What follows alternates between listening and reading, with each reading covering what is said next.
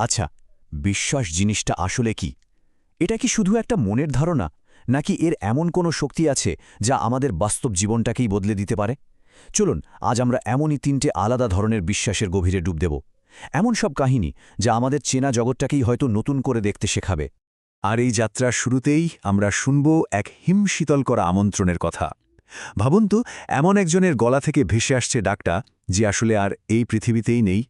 গল্পটা এক গভীর ব্যক্তিগত শোকের, যা শুনলে মনে অনেক প্রশ্ন জাগতে বাধ্য। তো আমাদের প্রথম গল্পটা হলো একদম ব্যক্তিগত একটা অভিজ্ঞতাকে ঘিরে, একটা বন্ধুত্বের গল্প, যে বন্ধুত্ব কিনা মৃত্যুর পরেও শেষ হয়ে যায়নি, আর পেছনে রেখে গেছে এমন সব প্রশ্ন যার উত্তর কোনো যুক্তিতেই মেলে না। গল্পের শুরুটা দুই বন্ধুর, কথক আর শেরুর, একদম হরিহর আত্মা যাকে বলে। কিন্তু হঠাৎ একদিন একটা ভয়ানক দুর্ঘটনায় সব ওলটপালট হয়ে যায়। ছাদ থেকে পড়ে শেরু মারা যায়। কিন্তু ওর গল্পটা কি ওখানেই শেষ? না, বরং সেখান থেকেই শুরু হয় এক অদ্ভুত রহস্যময় পর্ব। যেমন ধরুন, শেরুর শেষকৃত্যের সময় ওর ছায়ামূর্তিকে দেখতে পাওয়া, বা রাতের বেলা ওর গলার ডাক শোনা, হাতে কোত্থেকে যেন একটা ক্রিকেট বল চলে আসা। এইসব স্মৃতি বছরের পর বছর ধরে কথককে তাড়া করে বেড়ায়। আর শেষে অনেক বছর পর এক অন্ধকার নির্জন রাস্তায় সেই একই গলার আওয়াজ, সেই একই ছায়া আবার ফিরে আসে, মনে করিয়ে দেয় এক অসমাপ্ত খেলার কথা। একটা অতৃপ্ত আত্মার এই রহস্যময় জগৎ থেকে বেরিয়ে চলুন এবার আমরা সম্পূর্ণ ভিন্ন একটা জগতে যাই। এটা হলো অটুট বিশ্বাসের জগৎ, এমন এক বিশ্বাস যা যে কোনো কঠিন পরিস্থিতিকে জয় করতে পারে। আর এই গল্পের মূল চরিত্র হল আহনাফ নামের এক এতিম ছেলে, যার আর কিছু না থাকলেও সম্বল বলতে ছিল শুধু তার ঈমান। মানে, একদিকে আহনাফের জগৎটা ছিল খুব সাধারণ, বিনয় আর এক সৃষ্টিকর্তার ওপর অগাধ বিশ্বাস, এই নিয়েই তার জীবন। আর ঠিক তার উল্টো দিকে ছিল গ্রামের সবথেকে ধনী মহাজন। সে আহনাফকে এক পয়সারও দাম দিত না, আর ওর ভাগ্যকে বলতো আবর্জনার স্তূপ। তো এই ছেলেটা তার সাহস আর সততা দিয়ে যখন সবার মন জয় করে নিচ্ছে, ঠিক তখনই তার বিশ্বাস এক চূড়ান্ত পরীক্ষার সামনে এসে দাঁড়ায়। এমন একটা পরীক্ষা যা তার বাকি জীবনটাকেই ঠিক করে দেবে। পরীক্ষাটা শুনতে খুব সহজ। আহনাফের সামনে দুটো থলে রাখা হলো। একটার ভেতরে আছে ১০০টা সোনার মোহর, যা দিয়ে ওর জীবনটাই পাল্টে যেতে পারে, আর অন্যটায় মাত্র ১০টা রূপোর মুদ্রা। আহনাফে তখন মনে পড়ল ইমাম সাহেবের কথা। ও নিজের লোভকে দূরে সরিয়ে ছোট থলেটাকেই বেছে নিল। মানে, ও নিজের ইচ্ছের চেয়ে ঐশ্বরিক পরিকল্পনার ওপরই বেশি ভরসা রাখল। আর ঠিক সেই মুহূর্তে যখন সওদাগর বড় থলেটা খুলে সোনার মোহরগুলো দেখালেন, তখন তো চারপাশের সবাই ওর এই বোকামি দেখে হাসাহাসি শুরু করে দিল। কিন্তু আহনাফের মনে ছিল একটাই বিশ্বাস, আল্লাহর সিদ্ধান্তই সেরা। মানে, ভাগ্যে যা লেখা আছে সেটা সবসময় নিজের ইচ্ছের চেয়েও ভালো কিছু। আর দেখুন, বিশ্বাসের কি অবিশ্বাস্য পুরস্কার!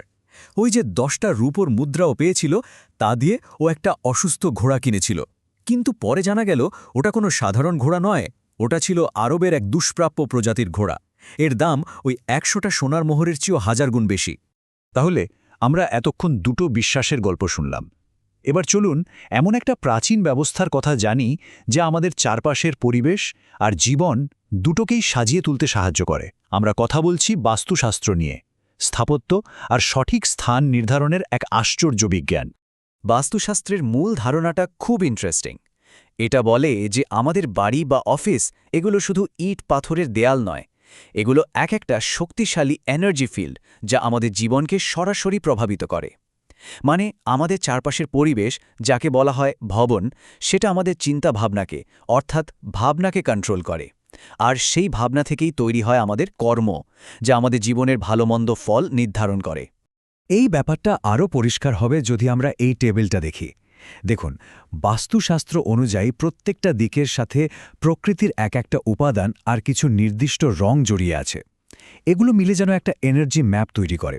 যেমন ধরুন, উত্তর দিক হলো জলের প্রতীক, তাই এখানে নীল রং ব্যবহার করা ভালো, কিন্তু হলুদ রংটা এড়িয়ে চলতে বলা হয়।